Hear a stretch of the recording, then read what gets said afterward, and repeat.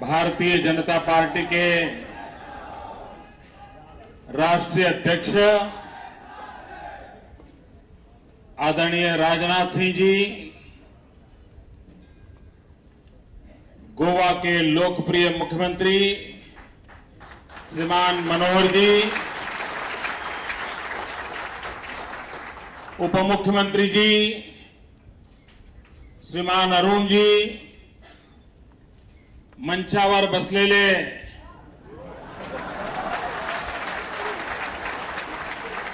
सगळे नेतेगण,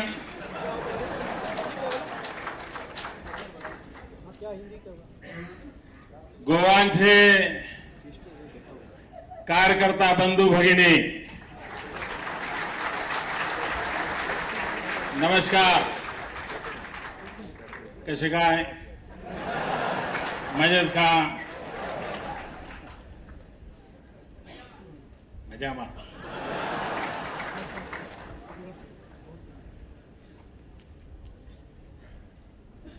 मैं आदरणीय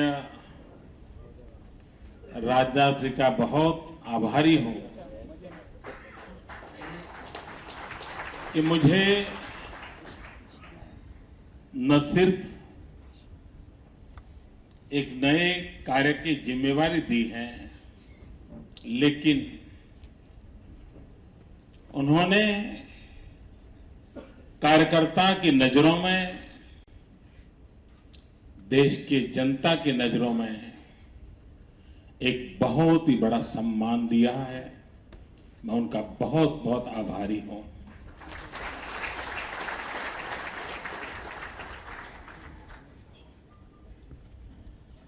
मित्रों, राजनाथ जी बोलने के लिए खड़े हो गए, मुझे बिठा दिया. वैसे बाहर के लोगों को इस घटना का मूल्य समझना बहुत मुश्किल है दोस्तों.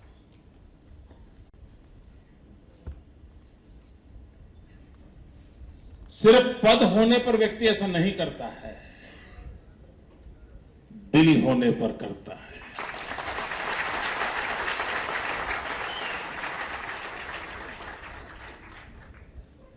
और ये जो दरिया दिली की जिसको कहें, वो माननीय अध्यक्ष जी ने दिखाई है. और यही चीज है जो हमें दिन रात दौड़ने के लिए ताकत देती है. आखिरकार हम सब कार्यकर्ता हैं, और एक कार्यकर्ता के नाते हमें जब जो दायित्व मिलता है, उस दायित्व को जी जान से करना, पूरी शक्ति झोंक देना. ईश्वर ने जितनी शक्ति दी है, सामर्थ्य दिया है, उसका पूरा उपयोग इस दायित्व को निभाने के लिए करना चाहिए. ये हम सभी कार्यकर्ताओं को संस्कार मिले हुए हैं, और उस कार्यकर्ता के नाते भारतीय जनता पार्टी के सभी वरिष्ठों ने मुझे बनाया है, एक प्रकार से मेरा मोल्डिंग किया है. उंगली पकड़ करके मुझे चलाया है. मेरी सारी कमियों को दूर करते करते करते मुझ में अच्छाइयां भरने का लगातार प्रयास किया है. और कितने वरिष्ठ नेताओं ने मेरे पीछे अपनी शक्ति और समय लगाए हैं. कभी कभी तो मुझे लगता है कि इस पार्टी के वरिष्ठ नेताओं ने जितना शक्ति और समय अपने बच्चों को दिया होगा, उससे ज्यादा मुझे दिया है, और मेरा लालन पालन किया है, मेरा मोल्डिंग किया है. और ये जो संस्कार मिले हैं, उस पर मेरा कोई अधिकार नहीं है. ये जो क्षमता मिली है, इस पर मेरा अधिकार नहीं है. इस पर अधिकार अगर सबसे पहले कोई इसका है, तो भारतीय जनता पार्टी के लाखों कार्यकर्ताओं का है.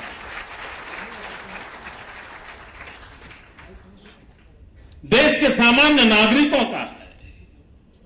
और आज इस पद को प्राप्त करने के बाद मैं जब पहली बार आप सबके बीच आया हूं, तब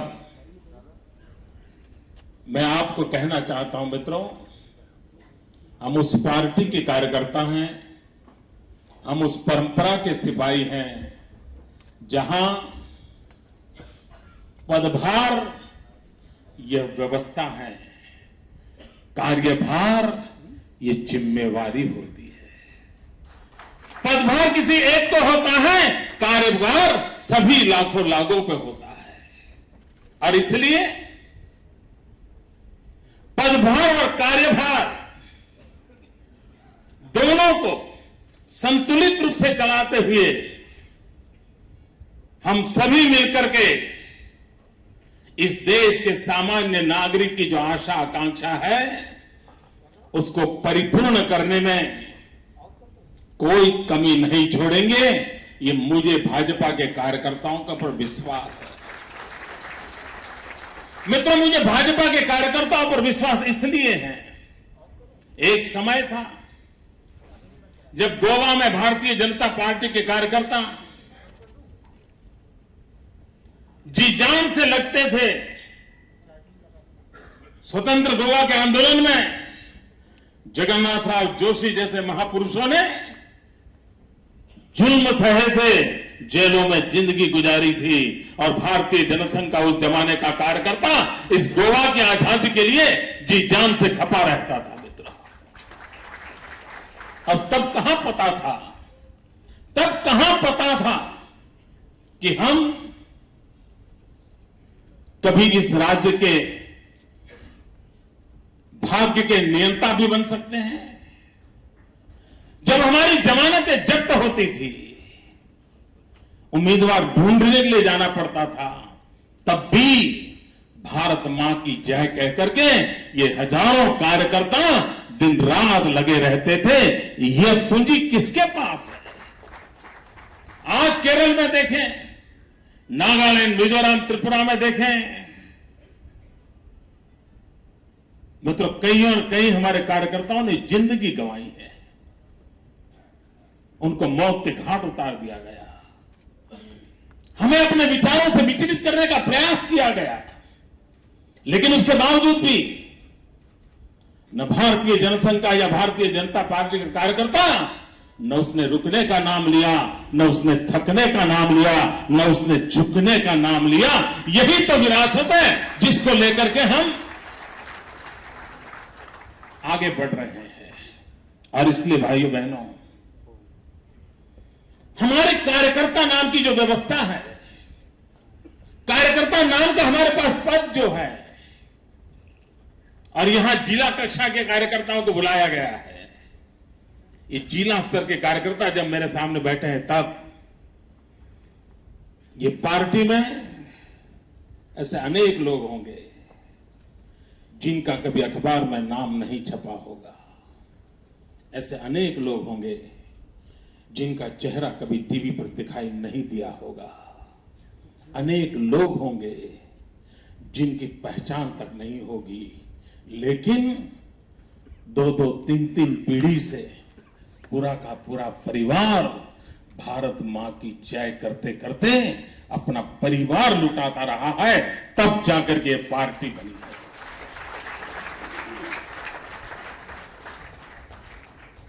मित्रों, ये पार्टी को सपने लेकर के चली है। राजनीतिक जीवन को हमने सेवा का माध्यम माना है। व्यवस्थाएं बदलने के लिए, व्यवस्थाओं को दिशा देने के लिए, समयानुकूल परिवर्तन लाने के लिए निर्णय करने की व्यवस्था में होना बहुत जरूरी होता है, और इसलिए चुनाव जीत करके सत्ता में पहुंचना आवश्यक होता है। तब जाकर के फैसले कर सकते हैं, तब जाकर के निर्णय कर सकते हैं। सत्ता हमारे लिए भोग का साधन नहीं है।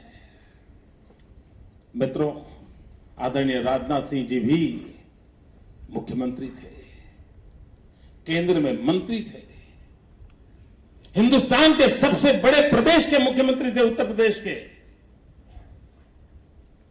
सुचारू ढंग से उत्तर प्रदेश को आगे बढ़ाने के लिए जी जान से जुटे थे।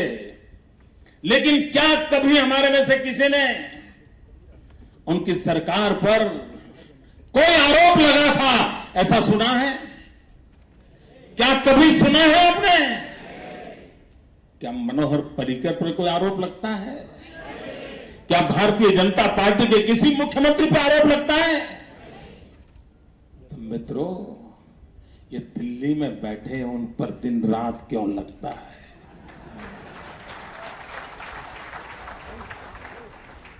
क्या कारण है? और उनको कोई परवाह भी नहीं है मित्रों। वे करप्शन प्रूफ हो चुके हैं।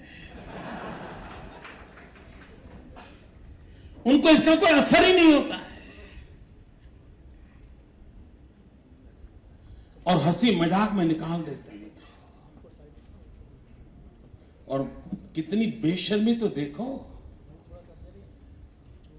अरबों खरबों रुपया खर्च करके टीवी पे एडवर्टाइजमेंट दे रहे हैं।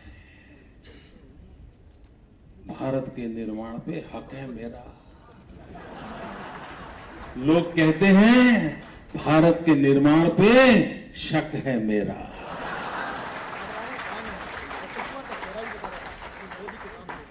अब सुनिए, गौर से सुनिए, आपको शक सुनाई देगा, हक नहीं सुनाई देगा, क्योंकि उनके कारनामे ऐसे हैं कि आपके आंख कान में वही शब्द गूंजेंगे, शक है मेरा। ये काम किया है इन्होंने मित्रों। अभी अरुण जी कह रहे थे, well beginning half done, well begin half done. मैं कहता हूं वेल बिगन हाफ वन।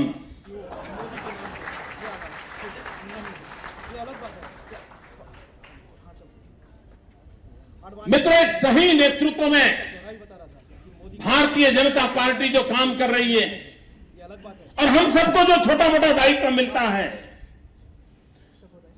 जिसके जिम्मे जो काम आएगा, उस काम को इतने गर्व से, इतनी मेहनत से हम करेंगे कि राजनाथ सिंह जी ने जो सपने देखे होंगे, जो डिजाइन बनाई होगी, उसको हम परिपूर्ण करके रहेंगे। इस विश्वास के साथ आगे बढ़ेंगे।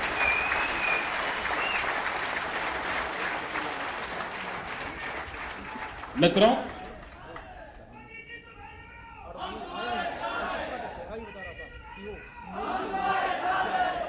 ये दिल्ली में जो सरकार है, अभी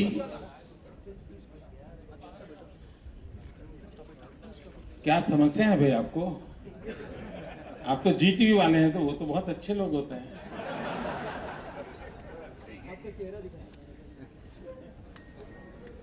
वैसे सब अच्छे होते हैं,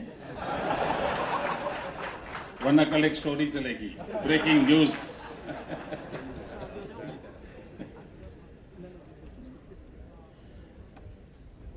मित्रों, अभी प्रधानमंत्री जी ने इंटरनल सिक्योरिटी की एक मीटिंग बुलाई थी। सभी मुख्यमंत्री उस मीटिंग में थे, और अचानक उन्होंने खड़े होकर के छत्तीसगढ़ में जिन लोगों की हत्या हुई, उनके प्रति एक शोक प्रस्ताव प्रस्तुत किया। जब मेरी बारी आई तो मैंने शुरू किया वहीं से। मैंने कहा कि प्रधानमंत्री जी, गृह मंत्री जी, सब लोगों ने आज अपनी बातचीत का प्रारंभ छत्तीसगढ़ से किया है,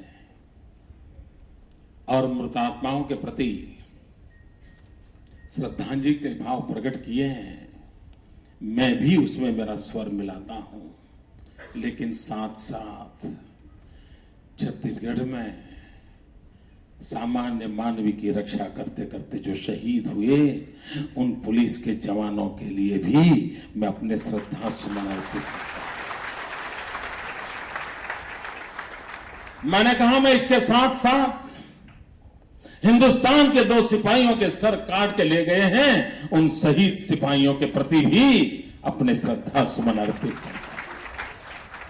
मैंने कहा, इतना ही नहीं, केरल के मछुआरे जिनको विदेशियों ने आकर के गोलियों से भून दिया, मैं उन शहीद मछुआरों के प्रति भी अपने श्रद्धा सुमन अर्पित करता हूं। भाइयों बहनों, ये बात जो मैंने वहां कही, क्या इस देश के प्रधानमंत्री को करनी चाहिए थी कि नहीं? क्या ये विचार प्रधानमंत्री को आना चाहिए था कि नहीं? वहां बैठी हुई सरकार के लोगों को उन शहीद पुलिस जवान याद आने चाहिए थे कि नहीं? मित्रों, पीड़ा तब होती है, मौत मौत होता है। हर मौत के प्रति वही पीड़ा होनी चाहिए, वही आदर होना चाहिए। लेकिन दुर्भाग्य से दिल्ली में एक ऐसी सरकार बैठी है जिससे आप न कोई अपेक्षा कर सकते हैं, जिस पर आप न कोई भरोसा कर सकते हैं। और मित्रों, दुनिया में भरोसा सबसे बड़ी ताकत होती है। 1-2 साल का छोटा बालक कुछ भी अगर समझता नहीं है, लेकिन उसके पिताजी उसको एक खिड़की पर खड़ा कर दें और उस बच्चे को कहें कि बेटे कूद जाओ, वो बच्चा समझ हो या ना हो, लेकिन बाप के प्रति भरोसा होता है, वो कूदता है और बाप उसको पकड़ लेता है। भरोसा नाम की चीज जो है वो सारे तंत्र को चलाती है मित्रों।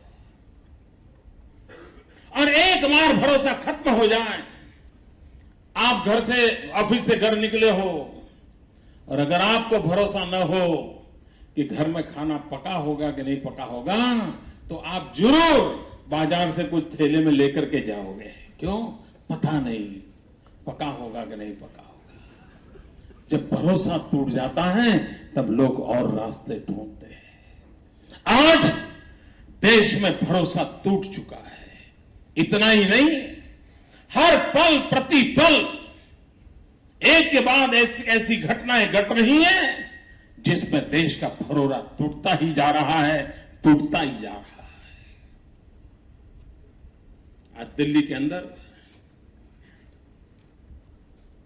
एक जवान बेटी जब घर से बाहर गई हो और शाम को 6 बजे से पहले अगर घर न लौट पाए तो मां बाप का वो घंटे 2 घंटे का समय इतने संकट से गुजरता है, उसको भरोसा नहीं बेटी वापस लौटेगी कि नहीं लौटेगी। किसान अपनी फसल पैदा करता है, उसे भरोसा नहीं है कि पैदावार के बाद भी दाम मिलेंगे कि नहीं मिलेंगे। ये कब नीतियां बदल दे पता नहीं मित्र, आधी रात में नीतियां बदल देते हैं। और किसके लिए बदलते हैं वो भी बाद में जब सुप्रीम कोर्ट डंडा मारती है तब पता चलता है क्यों बदला था। ये हाल है मित्रों। मेरे जीवन में गोवा अब एक विशेष स्थान पा लिया है। अखबार भी लगातार लिख रहे हैं कि मोदी के जीवन में गोवा बहुत लकी है।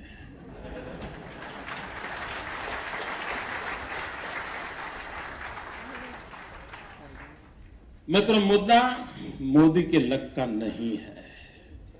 यही गोवा है जिसने 2002 में मुझे गुजरात की सेवा आगे बढ़ाने के लिए परवाना दिया था। और उसका नतीजा यह आया कि आज गुजरात चाइना के साथ स्पर्धा करने लगा है। अगर गोवा ने मुझे वो परवाना न दिया होता तो शायद मेरा गुजरात उसकी सेवा करने का मुझे सौभाग्य न मिला होता। मित्रों, मुझे गोवा से जब जब आशीर्वाद मिले हैं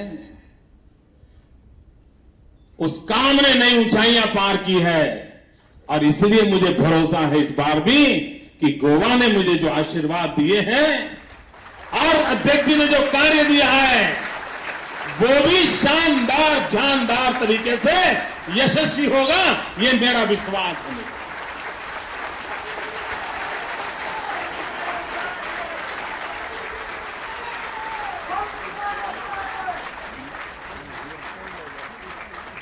मित्र, दिल्ली की सरकार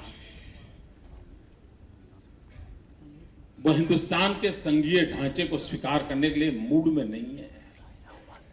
जब तक, और उनकी मानसिकता को समझने की आवश्यकता है। और मैं इस देश के पॉलिटिकल पंडितों को, डिबेट करने वाले महाशयों से, राजनीतिक दृष्टिकोण से एनालिसिस करने वाले महापुरुषों से मैं इस मुद्दे पर चाहूंगा कि आगे चर्चा हो देश में, उस बात को आगे बढ़ाएं। कांग्रेस मूलतः सत्तावादी मानसिकता से ग्रस्त है।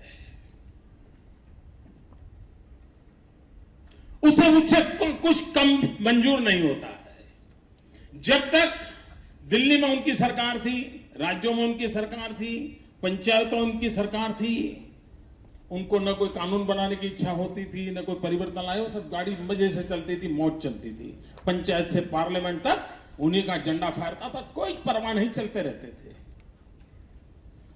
लेकिन जब राज्यों में दूसरे दलों की सरकार चुनना शुरू हुआ, खास करके 1967 के बाद एसवीडी की गवर्नमेंट्स बनना शुरू हुआ, आप इतिहास देख लीजिए। जब विरोधी दलों की सरकारें बनी तो उन्होंने आर्टिकल 356 का बेफाम तरीके से, अनाप शनाप तरीके से दुरुपयोग किया और हिंदुस्तान में विपक्ष की किसी सरकार को 5 साल तक काम करने का अवसर नहीं दिया, मजबूर किया, उसको तोड़ दिया। धारा 356 का दुरुपयोग किया। उसके बाद उन्होंने क्या किया? अगर धारा 356 की कब्जाएं हो रही हैं, जरा ज्यादा आलोचना हो रही है, तो उन्होंने विरोधी दल को शाम राम दंड भेद लोभ लालच सीबीआई फीबीआई जो है सबका उपयोग करके उन दलों को तोड़ा, उनके लोगों को उठा करके किधर ले आए? सरकारों को चलने नहीं दिया। राजभवनों को उन्होंने कांग्रेस भवन बना दिए। वो किसी विचार को, किसी व्यवस्था को, किसी परिवर्तन को स्वीकार करने की उनकी मानसिकता नहीं है। मित्रों, जो करेंगे हम ही करेंगे, किसी को करने नहीं देंगे, आने नहीं देंगे, कोशिश की तो उसको खत्म करके रहेंगे। यही कारनामे उनके चलते रहेंगे। और अब जब 356 लगाना मुश्किल हो रहा है, दल बदलू का कानून आने के बाद वो कंटिन्यू हो गया है, तो तीसरा उपाय उठाया है, हर किसी के पीछे सीबीआई छोड़ दो। अब देखिए, इस देश के विपक्ष के कोई नेता ऐसे बाकी नहीं है जो सरकार में हो और इन्होंने उस पर सीबीआई छोड़ी ना हो। क्यों? दबाना, दबोचना, और ये चीजें उनकी लोकतंत्र के प्रति अनास्था को प्रकट करती हैं। उनका लोकतंत्र में कोई भरोसा नहीं है। वे राजनीतिक दलों को संवार के साथ देखने के लिए तैयार नहीं है, और तब जाकर के ये परिस्थिति पैदा होती है। संस्थाओं को तोड़ना, संस्थाओं को मरोड़ना, और संस्थाएं अगर टूटती नहीं है तो एक के ऊपर दूसरे को बिठा देना, ये एक नई चाल चालू हुई है हिंदुस्तान में। प्लानिंग कमीशन के चेयरमैन देश के प्रधानमंत्री होते हैं। जिस कमेटी के चेयरमैन देश के प्रधानमंत्री हो, जो कमेटी एक प्रकार से राज्य और केंद्र के बीच में ब्रिज का बहुत बड़ा काम करती हो, जो संवैधानिक संस्था हो, उसका भी अनादर करना और प्लानिंग कमीशन के ऊपर हिंदुस्तान ने कभी सोचा नहीं, माना नहीं, कल्पना नहीं की, वैसा एक एनएसी बिठा दिया। एक प्रकार से पिछले 50 साल से जो संस्था कुछ न कुछ करने का प्रयास कर रही थी, जिसके चेयरमैन प्रधानमंत्री थे, उस संस्था को एक प्रकार से नाम मात्र की बनाकर उन्होंने छोड़ दिया और उस पर एनएसी बिठा दिया, नेशनल एडवाइजरी काउंसिल। और वो उसके चेयरपर्सन कौन? तो मैडम। तो फिर प्रधानमंत्री बनाने की जरूरत क्या थी भाई? इतनी बड़ी कैबिनेट बनाने की जरूरत क्या थी? प्लानिंग कमीशन बनाने की जरूरत थी? इतने अरबों खरबों रुपए देश के खर्च करने की जरूरत क्या थी? और एनएसी भी कैसा? मैंने प्रधानमंत्री के सामने आंख में आंख मिला करके सीधा सवाल पूछ करते हुए अभी भाषण में कहा था उनको, रूबरू में वो हाजिर थे। मैंने कहा साहब मुझे बताइए, आप कहते हैं माओवाद खत्म होना चाहिए, आपके भाषण में उल्लेख किया है, माओवाद एक बहुत बड़ी चुनौती है आपने कहा है। और मैंने प्रधानमंत्री जी को कहा, पशुपति से लेकर के तिरुपति तक एक रेड कॉरिडोर आज रक्त रंजीन होता जा रहा है। ये रक्त रंजित हो रहा रेड कॉरिडोर आए दिन निर्दोष लोगों को मौत के घाट उतार दिया जा रहा है। भले भोले निर्दोष नौजवान हाथ में बंदूक उठाने का शौक जग रहा है, देश तबाही के कंगार पर जाके खड़ा है और आप सिवाय बयान कुछ नहीं कर सकते क्योंकि आपके इरादे नेक नहीं है। तो पूरे हाउस में सन्नाटा हो गया और मैंने कहा मुझे बताइए, अगर आप और भाइयों बहनों गंभीरता से सुनिए और हर गांव गली में बात पहुंचाइए। मैंने प्रधानमंत्री को सीधा सीधा पूछा, मुझे बताइए प्रधानमंत्री जी, आपकी नेशनल एडवाइजर काउंसिल जो है मैडम सोनिया जी जिसके अध्यक्षा हैं, उस एक एनआईसी के मेंबर, एनएसी के मेंबर, उसका एक एनजीओ चलता है, उस एनजीओ की एक अध्यक्षा माओवादी गतिविधियों के कारण जेल में थी और एक कलेक्टर को किडनैप किया गया था, आपको याद होगा। उस कलेक्टर को किडनैप किया गया था, उसके बदले में जिन लोगों को छोड़ने की मांग की गई थी उसमें ये आपके प्रधानमंत्री के साथ जुड़ी हुई मैडम सोनिया जी के एनएसी के मेंबर के एनजीओ की अध्यक्षा थी। अगर उस अध्यक्षा जो इस प्रकार की गतिविधि में लगी हुई है और वो एनजीओ चलाने वाला व्यक्ति एनएसी में बैठा हो, तो आप कैसे देश को भरोसा दोगे कि आप माओवाद के खिलाफ लड़ना चाहते? यह संभव है क्या मित्रों?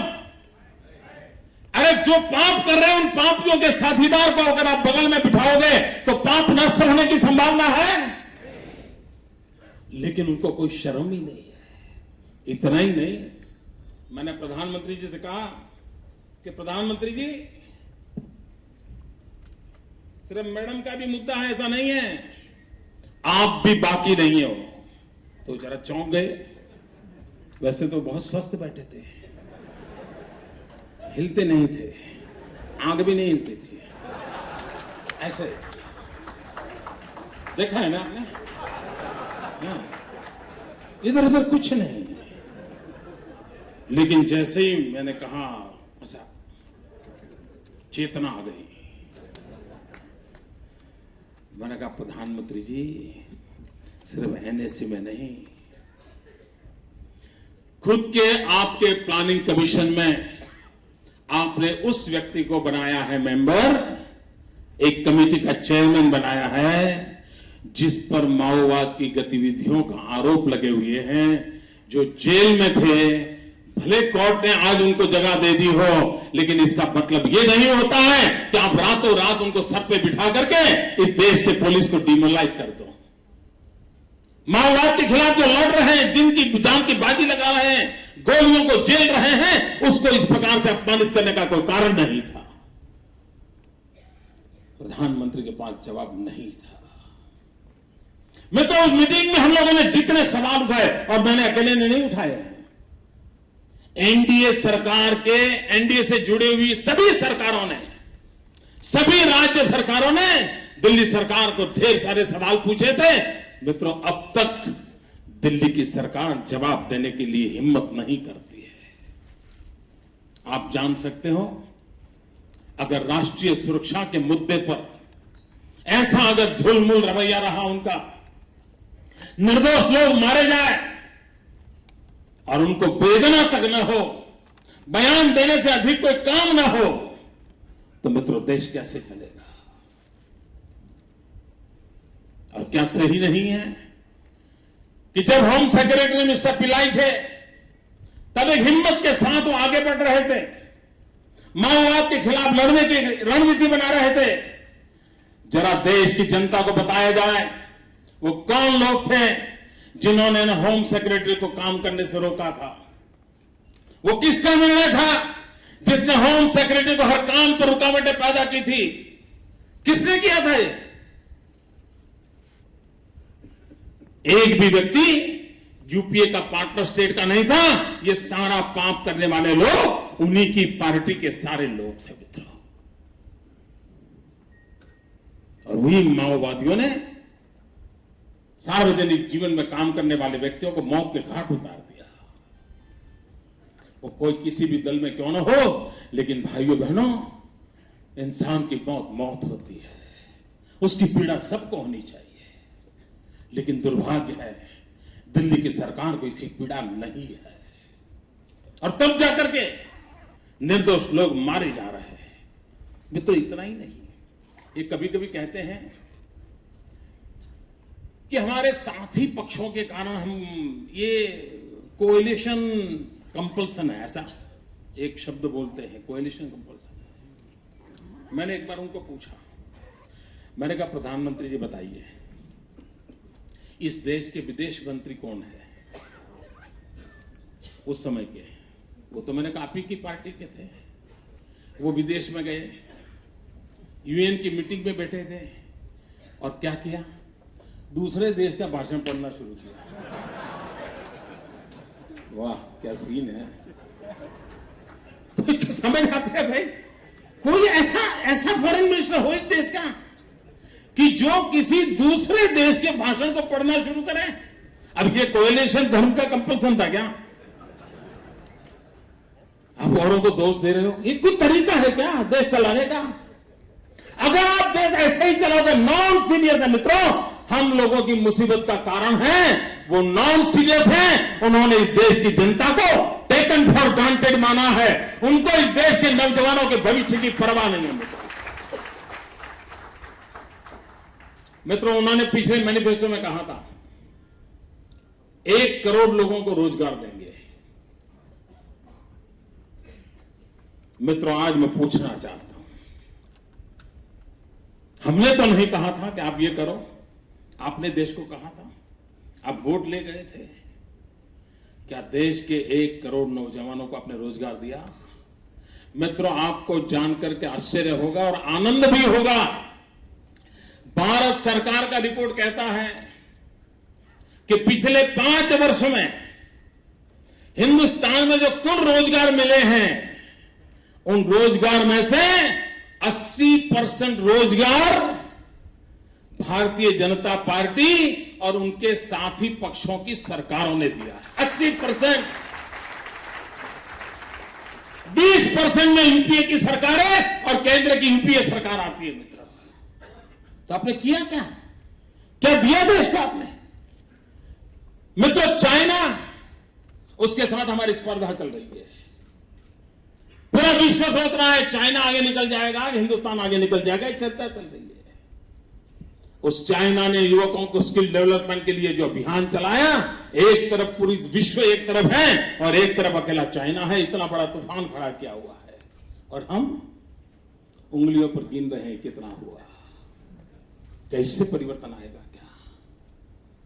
क्या देश इस दिशा में काम करेगा? क्या देश के नौजवानों के भविष्य का क्या होगा? मित्रों जिस प्रकार का अनरेस्ट पैदा हो रहा है, जिस प्रकार का नौजवानों में आक्रोश पैदा हो रहा है, अगर समय रहते इन नौजवानों की शक्ति और सामर्थ्य को देश हित के काम में हमने नहीं लगाया तो यही हमारे लिए संकट का कारण बन जाएंगे। ये दिल्ली की सरकार को समझना चाहिए। क्या कारण है कि आए दिन दिल्ली में कोई भी घटना घटती है तो जंतर मंतर पर नौजवानों की भीड़ लग जाती है मित्रों। कोई नेता नहीं, कोई नारा नहीं, सिर्फ आक्रोश व्यक्त करने के लिए आ जाते हैं। क्यों? ये देश का भला इसमें होगा कि हिंदुस्तान के भाग्य को बदलने के लिए हिंदुस्तान के नौजवानों पर ध्यान केंद्रित किया जाए। मित्रों, इस देश का 65% पॉपुलेशन 35 से नीचे है।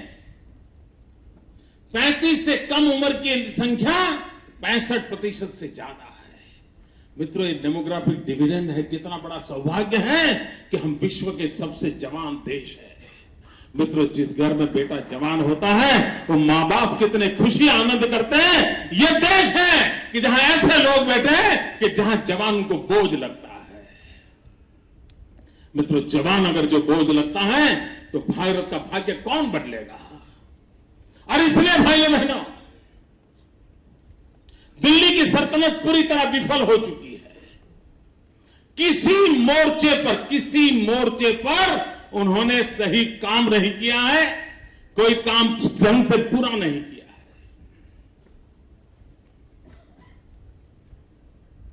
मित्रों, ये हमारा दायित्व बनता है कि हम इस देश को ऐसी सरकार से बचाएं। अटल जी की सरकार थी। 21वीं सदी के प्रारंभ के 2-3 साल अटल जी के नेतृत्व में देश आगे बढ़ रहा था। और आप सब याद कीजिए मित्रों, सिर्फ हम भाजपा के कार्यकर्ता इसलिए याद करिए ऐसा नहीं, आप उस समय के कोई भी मीडिया के अखबार उठा लीजिए। एक विश्वास पैदा हुआ था। 21वीं सदी के पहले 3 वर्ष एक आशाबंदी थी। चलो यार, देश खड़ा हो रहा है, देश अब चलने लगा है, देखते ही देखते देश दौड़ने लग जाएगा। ये चारों तरफ एक पॉजिटिव वातावरण, एक पॉजिटिव फीलिंग, ये चारों तरफ नजर आ रहा था। मित्रों, अचानक 2004 में इन लोगों के आने के बाद जो नैया ऐसी गहरी डूबती चली गई। अब तो देखना पड़ता है कि 21वीं सदी कहां है और हम कहां हैं। यह हालत देश की बन चुकी है। मित्रों, भारत को असहाय नहीं छोड़ा जा सकता। देश के नौजवानों के भविष्य को असुरक्षित नहीं किया जा सकता है। देश की माताएं बहनें, उनके भी सपने होते हैं। आज से 25 साल पहले बहनों की सोच और आज की सोच में बहुत बड़ा अंतर है। वो दुनिया को देखने समझने लगी है, उसके भीतर भी एस्पिरेशंस पैदा हुए हैं। वो निर्णय प्रक्रिया में हिस्सेदारी चाहती है, वो राष्ट्र के विकास में जुड़ना चाहती है। लेकिन दिल्ली की सल्तनत के पास 100 करोड़ से अधिक ये देश, जिसकी 50% जनसंख्या हमारी माताएं बहनें हैं, उनके लिए दिल्ली की सल्तनत को कोई फुर्सत नहीं है देखने की। मित्रों, और इसलिए मैं कहता हूं कि हमारे लिए एक राज्य सत्ता के परिवर्तन का एजेंडा नहीं है, हमारे लिए राष्ट्र निर्माण का एजेंडा है। हमारे लिए कुर्सी पाना एजेंडा नहीं है भाजपा के लिए। हमारे लिए एजेंडा है राष्ट्र के कोटि-कोटि नागरिकों को सम्मान वापस दिलाना, राष्ट्र के कोटि-कोटि नागरिकों को एक विश्वास वापस दिलाना, राष्ट्र के कोटि-कोटि नागरिकों में फिर से एक बार भरोसा पैदा करना। ये सपना लेकर के हम जी जान से जुटने के लिए निकलना है। मित्रों, चुनाव, उसमें प्रचार अभियान का भी महत्व होता है, व्यवस्था तंत्र का भी महत्व होता है और रणनीति का भी महत्व होता है। और तीनों एक ढंग से जब चलते हैं तब परिणाम मिलता है। कांग्रेस ने इतने पाप किए हैं कि जनता को कांग्रेस को हटाओ, ये समझाने के लिए बहुत मेहनत पड़ी। ऐसा नहीं है। अभी हमारे यहां 6 उपचुनाव हुए, 4 विधानसभा के और 2 लोकसभा के, और 6 की 6 सीटें कांग्रेस की थी और जमाने से कांग्रेस का कब्जा था। जनता इतनी नाराज है इन लोगों पर, सब साफ कर दिया। सब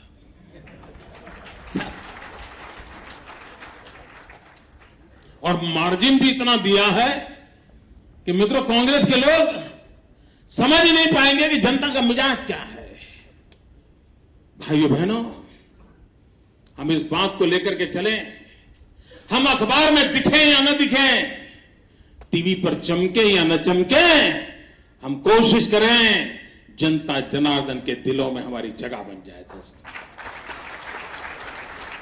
एक बार उस सपने को लेकर के हम चलेंगे तो राजनाथ जी के नेतृत्व में इस हिंदुस्तान को फिर से एक बार जो काम अटल जी छोड़ के हमारे पास रखा हुआ है, उस काम को हम सब आगे बढ़ाएंगे और हिंदुस्तान को 21वीं सदी के सपनों को साकार करने के लिए पूरे देश में एक परिवर्तन की लहर उठेगी।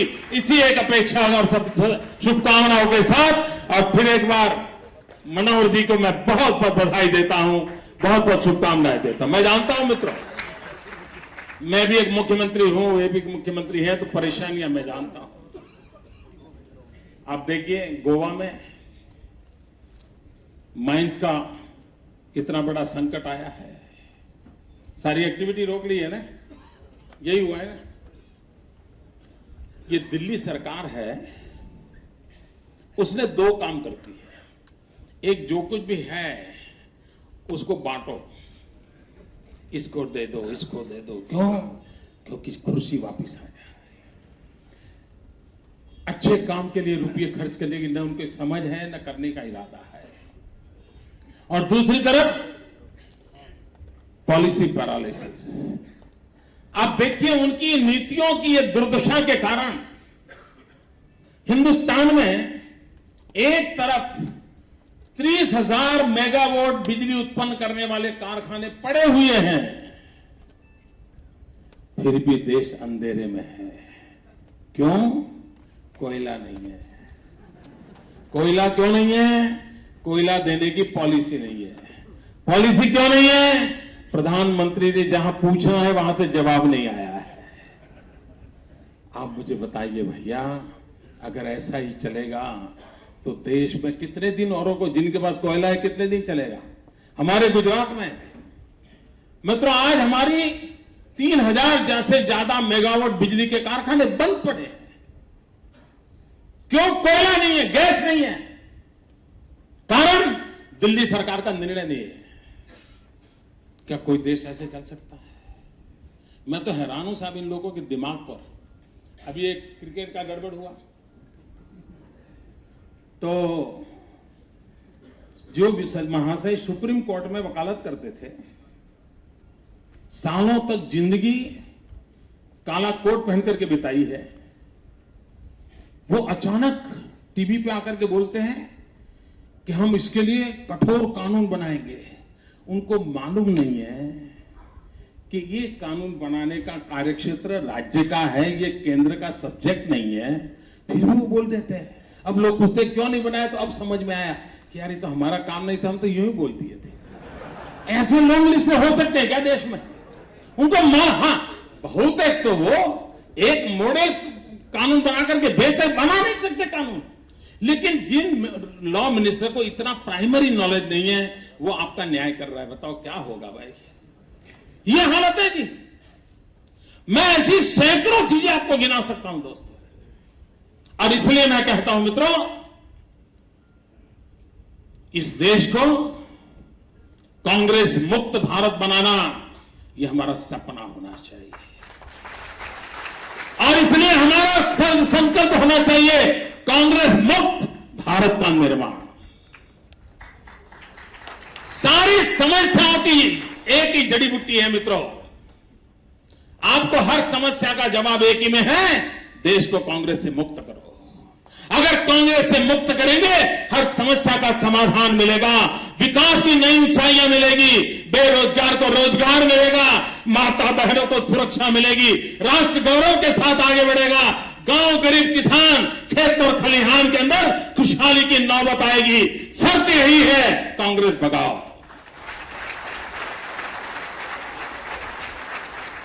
कांग्रेस मुक्त भारत का निर्माण, ये सपना लेकर के हम चले, इसी एक अपेक्षा के साथ फिर एक बार आप सबको बहुत बहुत शुभकामनाएं। भारत माता की